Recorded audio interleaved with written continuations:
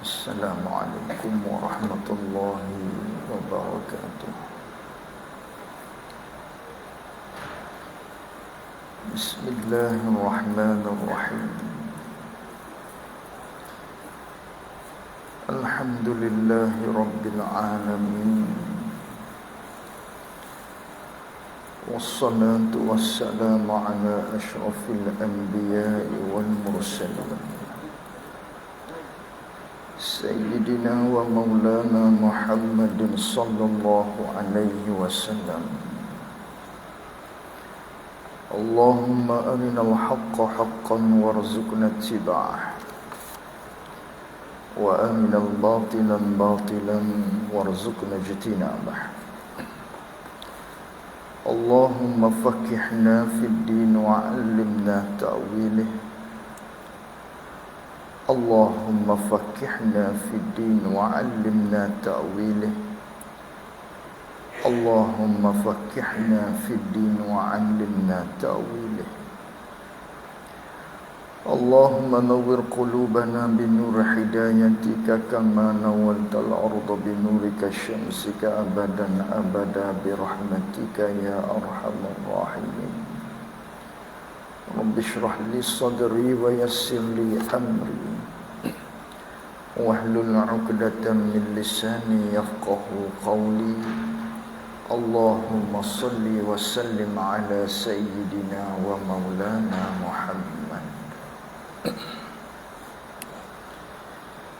Muka surat 5, kitab Taqribul Ikhwan. Qala al-muallif rahimahullahu ta'ala wa nafa'ana bi'ulumihi wa bi'ulumina fid darain amin. Bismillahirrahmanirrahim. Alhamdulillahillazi tafaddala alaina bi ni'matil islami wal iman. Wassalatu wassalamu ala man anzara bin nari wa basyira bil jinan. Sayyidina Muhammadin sayyidil mursalin wa ala alihi wa sahbihi ajma'in.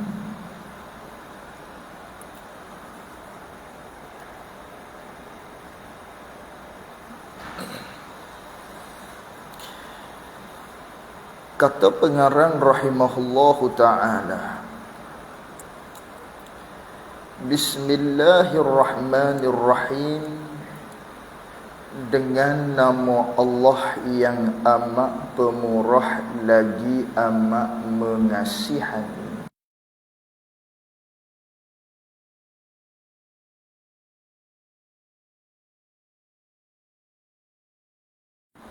Dengan memulakan dengan Bismillahirrahmanirrahim, yang mana telah kita hurai pada pertemuan kita bulan lalu berkaitan dengan Bismillahirrahmanirrahim. Apakah hikmah, apakah sebab-sebab pengarang kita mendatangkan pada permulaan kitabnya dengan Bismillahirrahmanirrahim.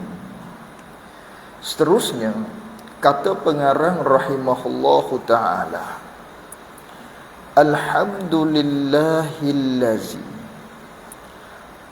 tafaddala alaina bi ni'matil islami wal iman. Segala puji bagi Allah, segala puji bagi Allah. Segala puji maknanya tiap-tiap puji semuanya tertentu bagi Allah, milik Allah Subhanahu wa ta'ala. Segala puji, sama ada puji itu yang pada kelihatan zahirnya adalah puji itu kepada kita, seperti dikatakan oleh seseorang, kita ni yang baik, ataupun orang puji kita, kita ni dengan kesifatan-sifatan yang elok. Walaupun seseorang puji kita, hakikatnya puji itu adalah milik Allah. Kerana apa?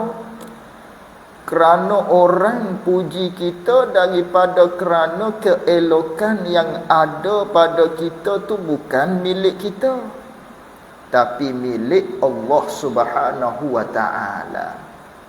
Allah yang berikan, Allah yang menjadikan. Wa ma khalaqakum wa ma ta'malun. Allah Ta'ala lah yang menjadikan kamu, dan Allah Ta'ala lah yang menjadikan segala pekerjaan-pekerjaan kamu. Maka sifat keelokan yang ada pada diri kita adalah keelokan ataupun ianya adalah milik Allah Subhanahu wa ta'ala. Maka orang puji kita tadi bukan hak kita. Kerana itulah manakala seseorang puji kita, kembalikan puji tadi kepada Allah Subhanahu wa ta'ala, pemilik sebenar pujian tersebut. Bukan hak kita. Hak salahnya manakala orang puji kita, lalu tu kita ambil puji tadi hanya berhenti setakat kita, maka salahlah. Maka di sanalah akan keluarnya sifat-sifat yang dicela, takaburnya, riaknya, bangga dirinya dan lain-lain daripadanya. Kerana apa? Kerana duk rasa hak kita. Rasa hak kita benda tu. Walhanya hakikatnya Allah Subhanahu wa ta'ala. Kalau Allah Ta'ala tak beri sifat keelokan kepada kita, orang tak puji kita. Bahkan orang akan mencela pula pada kita. Tu pun Allah Ta'ala tutup lagi aib kita. Betapa banyak aib-aib yang ada pada diri kita, Allah tutup. Kalau Allah Ta'ala buka aib tadi, nescaya orang takkan puji kita. Yang orang puji kita kerana dia duk tengok pada sifat keelokan kita. Dia tak tahu keaiban-keaiban kita, cacat celak kita, yang ditutup oleh Allah Subhanahu wa ta'ala. Jadi segala puji semuanya milik Allah Ta'ala. Tidak ada satu pun puji itu hak kita, tidak ada. Ini kata alhamdulillah, segala puji hanya milik Allah Subhanahu wa ta'ala. Alhamdulillahillazi tafaddala alaina bi ni'matil islami wal imani. Segala puji bagi Allah Ta'ala, yang mana Allah Ta'ala ni yang memberikan, yang telah memberikan beberapa kelebihan-kelebihan, yang mana Allah Ta'ala telah memberikan kelebihan ke atas kita. Apakah kelebihan yang Allah Ta'ala berikan kepada kita? Bi ni'matil islami wal iman, iaitulah dengan memberikan nikmat Islam dan juga nikmat iman. Maka pengarang kita puji Allah. Alhamdulillah, segala puji bagi Allah yang mana Allah Ta'ala telah memberikan kepada kita semua dengan nikmat yang besar, iaitulah nikmat Islam dan juga nikmat iman. Ini salah satu daripada nikmat yang paling besar yang Allah Ta'ala anugerahkan kepada kita. Maka kita hendaklah memuji Allah Subhanahu wa ta'ala. Itu di muqaddimah di kitab Taqribul Ikhwan ini. Wassalatu wassalamu ala man anzara bin nari wa basyara bil jinan Sayyidina Muhammadin sayyidil mursalin wa ala alihi wa sahbihi ajma'in.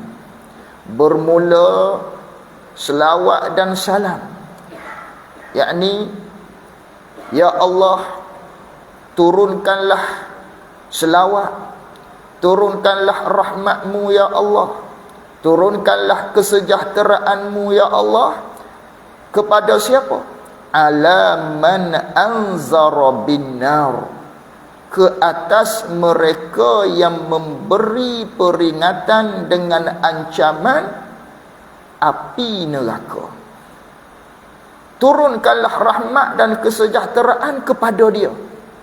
Wa basyaral bil jinan, dan kepada mereka yang memberikan berita gembira dengan nikmat-nikmat syurga.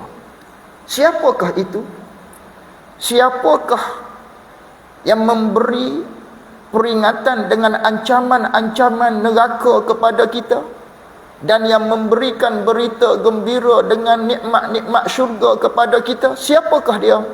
Iaitulah Sayyidina Muhammadin, iaitulah penghulu kita, Nabi Muhammad sallallahu alaihi wasallam, yang merupakan penghulu bagi segala rasul-rasul. Turunkanlah ya Allah akan rahmat kamu, akan kesejahteraan kamu kepada penghulu kami, iaitulah Nabi Muhammad sallallahu alaihi wasallam. Itu doa daripada pengarang. Turun rahmat dan sejahtera kepada Nabi kita. Wa ala alihi, dan turunkan juga rahmat dan kesejahteraan tadi ke atas alihi, ke atas keluarga-keluarga Nabi. Wa sahbihi, dan ke atas sahabat-sahabat Nabi sekaliannya ajma'in, semua sekali. Turunkanlah rahmat dan kesejahteraan ke atas mereka-mereka yang tersebut. Itu muqaddimah bagi kitab kita Taqribul Ikhwan ini. Lalu tu kata pengarang rahimahullahu ta'ala, amma ba'du.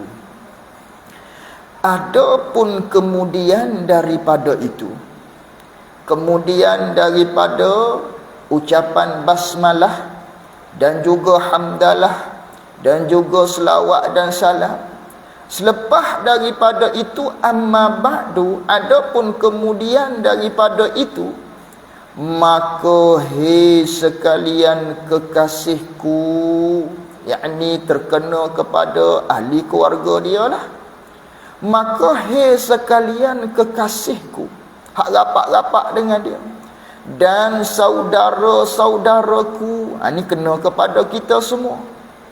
Apa dia nak kata? Apa pesanan daripada pengarang kita? Iaitulah Tuan Guru Syekh Abdul Qadir Wangah rahimahullahu ta'ala. Di permulaan kitab dia ini, sebelum sampai kepada sifat 20 ataupun berkaitan dengan sifat-sifat Allah, terlebih dahulu pengarang kita mendatangkan beberapa pesanan-pesanan kepada kita, agar pikiran kita ini dapat terbuka, supaya kita dapat memandang, memikirkan kepada perihal akhirat. Maka oleh yang demikian, Tuan Guru kita ni di awal kitab terlebih dahulu memberikan beberapa nasihat-nasihat kepada kita, mudah-mudahan ianya dapat menyedarkan kita semua daripada kelekaan-kelekaan. Maka di antaranya katanya, maka hai sekalian kekasihku dan saudara-saudaraku, syukurlah kamu dan terima kasihlah kamu. Hendaklah kamu syukur, terima kasihlah kamu akan Tuhan, yakni akan Allah Ta'ala. Hendaklah kamu syukur, hendaklah kamu terima kasih kepada Allah.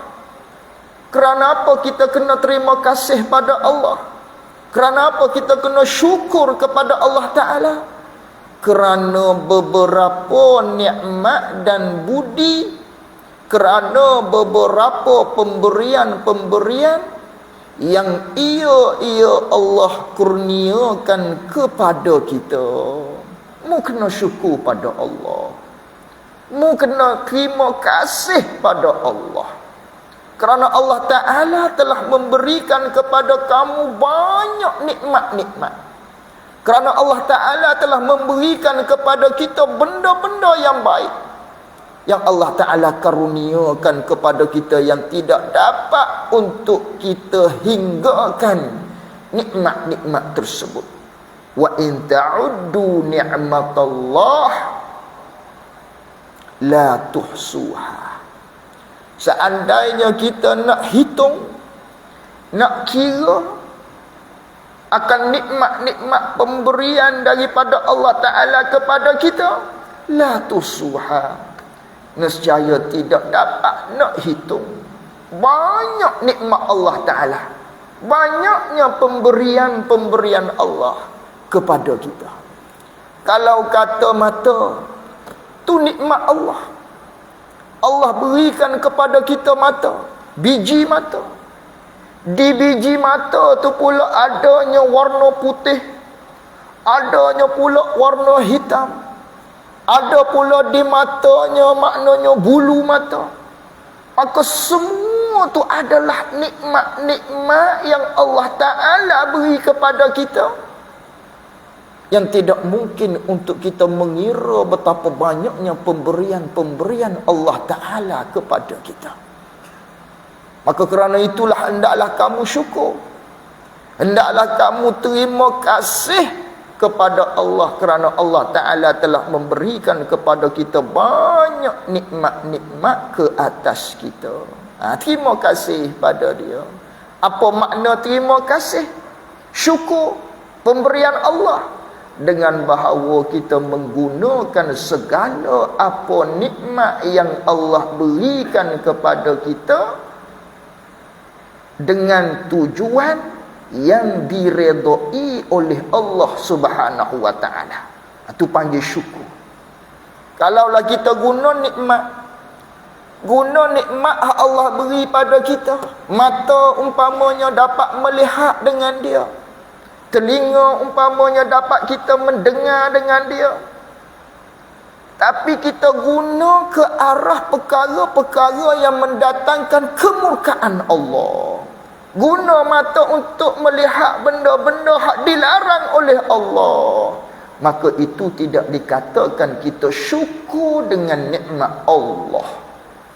Tak panggil kita terima kasih dengan nikmat pemberian Allah yang Allah berikan kepada kita. Tak panggil kita terima kasih.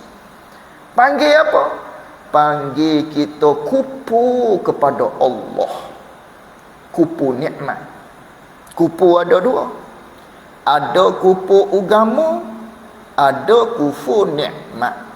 Kupu agama dengan bahawa melakukan perkara-perkara yang boleh merosakkan iman, itu dinamakan kufu agama, keluar daripada agama. Adapun kita guna nikmat-nikmat Allah, mata, kaki, tangan, telinga dan lain-lain daripadanya, harta sekalipun, tapi guna ke arah bukan ke arah mendatangkan redha Allah, bukan ke arah apa yang Allah Ta'ala suruh, guna kepada mendatangkan kemurkaan Allah, maka itu dikatakan kita kufur kepada Allah, yakni kufur nikmat Allah Subhanahu wa Ta'ala. Tak nama kita terima kasih, tak nama kita syukur pada Allah.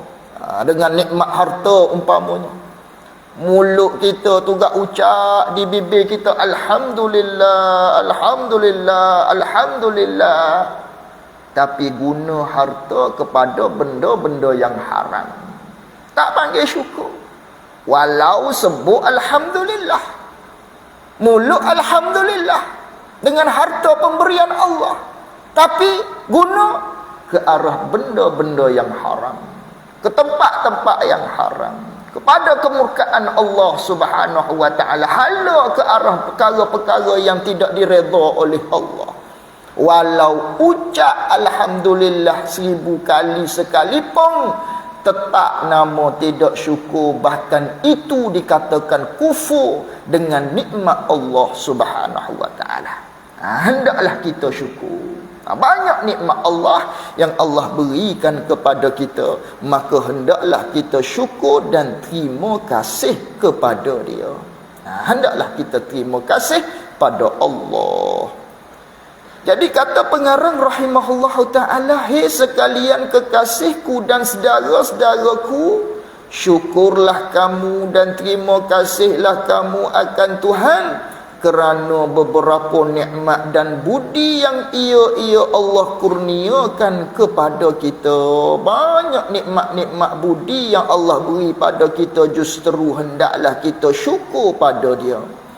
Apakah nikmat-nikmat budi yang Allah Ta'ala karuniakan kepada kita yang hendaklah kita syukur pada dia?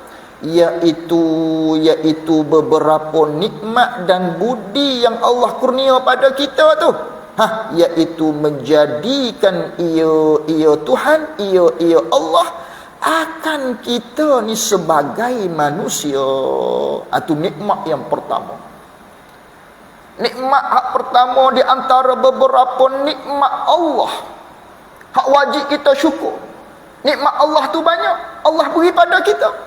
Maka di antara nikmat yang Allah Ta'ala beri pada kita, iaitulah Allah Ta'ala menjadikan kita daripada hak tidak ada ni, memunculkan kita kepada ada.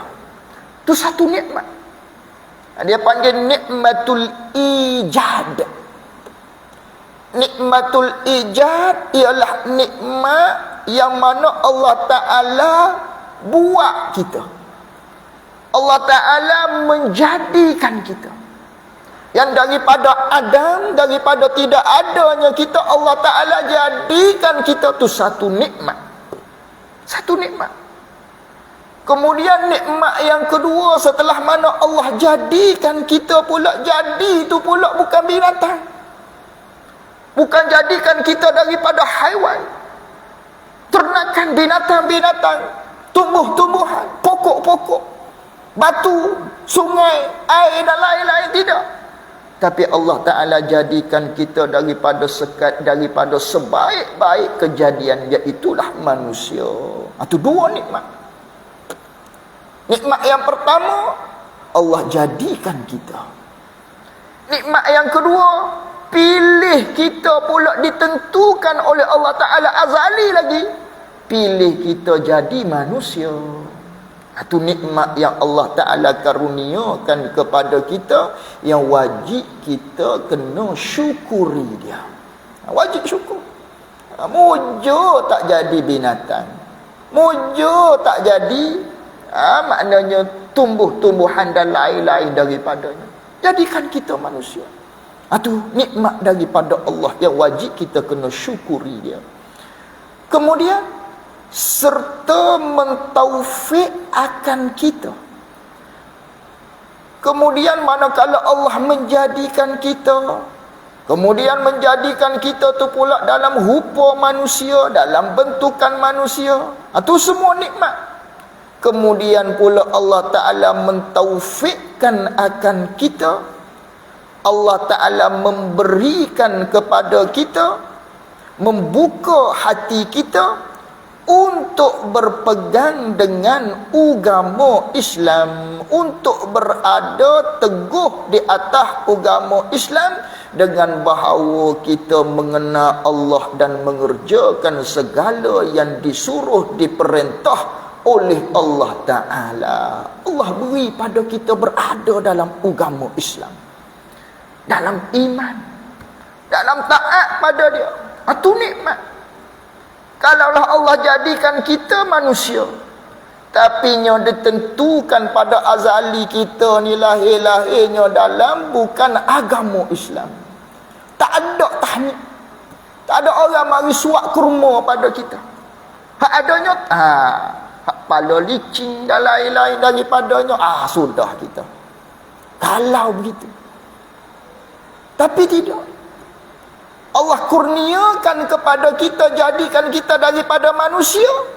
Manusia tu pula daripada mereka yang beriman kepada Allah, berdiri teguh di atas agama Islam. Ini satu nikmat daripada Allah Subhanahu wa taala. Kemudian pilih pula daripada kalangan hak beriman tadi tu. Dalam ramai-ramai yang beriman daripada umat Nabi Adam, pilih pula kita daripada kalangan umat Nabi Muhammad sallallahu alaihi wasallam. Oh, berapa banyak nikmat yang Allah berikan kepada kita, yang kata pengarang kita, hendaklah kamu syukur dia. Hendaklah kamu terima kasih kepada Allah Subhanahu wa taala. Tu Allah Taala jadikan kita yang pertama, jadikan yang kedua pula daripada manusia. Kemudian Allah Ta'ala berikan kepada kita pula berpegang dengan agama Islam, berada di atas agama Islam, dengan bahawa kita daripada kalangan yang beriman kepada Allah. Itu nikmat daripada Allah, budi daripada Allah yang Allah Ta'ala keruniakan kepada kita, yang mesti kita kena syukuri dia. Dan memberi pula akan kita, yakni oleh Allah, dan mengurniakan pula oleh Allah Ta'ala kepada kita akal fikiran yang boleh menjaga kita dengan dia, dengan akal fikiran tersebut, akan keselamatan diri kita dunia dan akhirat. Itu nikmat Allah beri akal. Allah jadikan kita daripada tidak ada kepada ada. Kemudian Allah jadikan kita dalam rupa manusia. Kemudian Allah berikan kepada kita nikmat iman dan Islam. Allah berikan pula kepada kita nikmat akal. Dengan akal inilah kita boleh mikir untuk keselamatan diri kita, sama ada di dunia maupun di akhirat. Dunia pun kita guna akal. Oh, ni bahaya ni, jangan pergi kat situ, bahaya. Ini ular, bahaya, jangan pegang dia. Itu dengan akal. Itu hak dunia. Apatah lagi hak akhirat guna akal. Maka Allah berikan kepada kita akal. Ini merupakan salah satu daripada nikmat pemberian Allah yang mesti kita kena syukuri, yang mesti kita kena terima kasih kepada Allah Subhanahu wa taala. Buatnya kalau kita ditakdirkan oleh Allah Ta'ala, maknanya daripada manusia, oh tapi tidak ada akal pula, tak ada di masjid dah kita, duduk bawah tu contohnya. Itu nikmat. Nak ceritanya nikmat Allah berikan kepada kita akal. Tidak daripada kalangan-kalangan mereka-mereka yang tidak mempunyai akal. Dengan akal ni dapat membimbing kita untuk keselamatan diri kita, sama ada dunia dan juga di akhirat. Dan membenar ia Tuhan akan kita, yakni dan memberi peluang oleh Allah Ta'ala akan kita, bahawa kita berbekal dengan beramal dan menurut akan hukum-hukum syarak dengan bermacam-macam amalan. Kemudian Allah Ta'ala beri peluang pula kepada kita untuk kita melakukan amal, untuk kita melakukan segala apa yang diperintah oleh Allah Ta'ala. Allah Ta'ala beri peluang kepada kita. Apakah maknanya bekalan yang Allah Ta'ala berikan kepada kita peluang tadi? Iaitulah mengerjakan yang wajib pada syarak dan pantang daripada yang ditegah, yakni menjauhi daripada perkara-perkara yang ditegah. Apakah perkara yang ditegah? Haram dan makruh. Maka Allah Ta'ala berikan kepada kita peluang untuk kita berbekal dengan beramal dengan bahawa kita mengerjakan segala apa yang diperintahkan oleh Allah dan kita menjauhikan daripada segala yang dilarang oleh Allah Subhanahu wa taala, agar kita tidak termasuk di dalam golongan-golongan mereka yang dimurkai oleh Allah Subhanahu wa taala, dan membenarkan ia Allah. Ini nikmat Allah Taala beri taufik lagi kepada kita beramal yang sunat-sunat. Allah beri taufik pada kita untuk kita beramal dengan perkara-perkara yang sunat, beramal dengan amal yang sunat-sunat bagi yang loba-loba, yang tamak kepada membanyakkan bekal bagi akhirat. Maka kita kena syukur pada Allah Ta'ala. Allah Ta'ala jadikan kita sebagai manusia yang boleh melakukan amal. Syukur pada Allah Ta'ala kerana Allah Ta'ala menjadikan kita sebagai manusia yang mana kita suka kepada berbekal, kepada membanyakkan bekalan untuk hari akhirat. Betapa ramai yang tidak diberi peluang oleh Allah. Tak diberi peluang. Dengan bahawasanya ghalib mereka, lekanya mereka di atas dunia, sehingga tak sempat untuk berada di dalam majlis ilmu, sehingga tak sempat untuk singgah ke masjid, sehingga tak sempat untuk singgah ke surau dan lain-lain daripadanya kerana kesibukan. Maka ini adalah suatu benda yang merugikan seseorang itu di akhirat kelak. Namun Allah Ta'ala memilih kita. Allah Ta'ala pilih kita daripada kalangan hak beriman, hak berada di dalam agama Islam tadi. Memilih pula kita daripada kalangan mereka-mereka yang mencintai agama, dengan bahawa melakukan perkara-perkara yang diperintah oleh Allah dan melakukan perkara-perkara yang sunat-sunat untuk bekalan kita bagi hari akhirat. Hari akhirat tu apa? Hari yang tidak ada lagi manfaat padanya pada hari tersebut oleh harta-harta dan anak-anak. Hari akhirat ni ialah hari yang tidak ada lagi manfaat harta kita. Tak ada manfaat, tak ada guna dah. Kat sana tidak ada dah, harta-harta ni tidak ada dah. Hartanya atas dunia. Guna harta atas dunia dengan kekayaan untuk benda-benda hak diredai, maka manfaatlah di akhirat. Di akhirat harta ada? Tidak ada dah. Hak adanya manfaat ketika mana harta yang kita guna di atas dunia. Di akhirat tak ada dah harta. Tak ada manfaat dah. Maka itulah hari akhirat. Maka kalau kita guna harta kita kepada perkara-perkara yang diredai oleh Allah, maka ianya akan menjadi manfaat kepada kita pada hari akhirat kelak. Itu hari akhirat. Hari yang tidak ada manfaat lagi oleh harta-harta dan anak-anak. Anak pun tidak ada manfaat di akhirat kelak. Yakni anak-anak yang tidak soleh.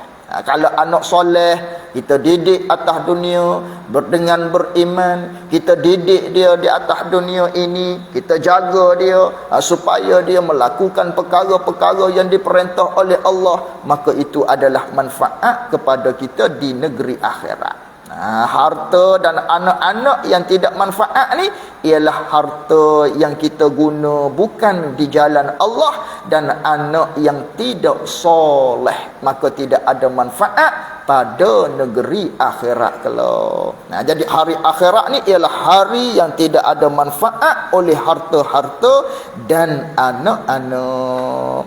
Yauma la yanfa'u malun wala banun illa man atallaha biqalbin salim, sebagaimana yang difirmankan oleh Allah Subhanahu wa ta'ala. Jadi hari akhirat tu ialah hari yang tidak manfaat padanya pada hari oleh harta-harta dan anak-anak, selain daripada bekal-bekal amalan-amalan. Amalan mana yang dikerjakan di atas dunia, maka hak ni sahaja yang akan memberi manfaat kepada kita pada hari akhirat, iaitulah amalan-amalan yang kita buat di atas dunia. Maka sangat sesalah dan sangat rugilah bagi mereka-mereka yang segan, bagi mereka-mereka yang malah daripada berbekal dan beramal. Rugilah di akhirat kelak. Mereka-mereka hak malah untuk berbekal dan beramal di atas dunia ni, yang ialah amal tu asal pekerjaan yang sebenar-benar berhadap kita kepadanya, kepada Tuhan di dalam masa hidup kita di atas dunia ini, sebagaimana firman Allah, wa ma khalaqtul jinna wal insa illa liya'budun. Tidaklah aku jadikan, kata Allah Ta'ala, akan jin dan akan manusia, melainkan hikmahnya untuk kita beribadat kepada Allah. Itu tujuan kita. Hikmah Allah Ta'ala jadikan kita. Asal hikmah matlamat kita di atas dunia adalah untuk melakukan ibadat ketaatan kepada Allah dan juga mengenal Allah Subhanahu wa Ta'ala. Tapi kita tidak mengambil apakah yang sebenar matlamat kita berada di atas dunia, dengan bahawa kita galik, kita duk mengejar kehidupan dunia sehingga mengabaikan apa yang diperintah oleh Allah Subhanahu wa Ta'ala. Maka orang tersebut akan menyesal, akan rugilah mereka di akhirat kelak. Hendaknya saudara-saudaraku ketahui bahawasanya bergala dan menyaku umpamanya itu berat belaka-laka. Tu bahasa Kelantan tu. Tu bahasa bercakap tu. Jadi katanya hendaklah saudara-saudaraku ketahui, ambil faham bahawasanya bergala. Bergala ni maknanya satu pekerjaan yang beratlah. Menyaku ni maknanya kita berada di bendang padi, duk cakur. Satu pekerjaan yang letih. Begitu. Nak ceritanya benda ni letih.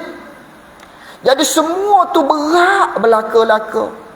Akan tetapi sungguh pun berat bila kita pandang kepada akhir, apabila kita lihat kepada apa yang akan kita hasilkan, iaitulah senang kita pada masa buah, pada masa yang kita akan dapat hasilnya. Maka dengan pandangan itu kita tahu kata pekerjaan itu mesti dihadapkan, mesti kita laksanakan juga, kerana kita tahu untuk mendapatkan hasilnya.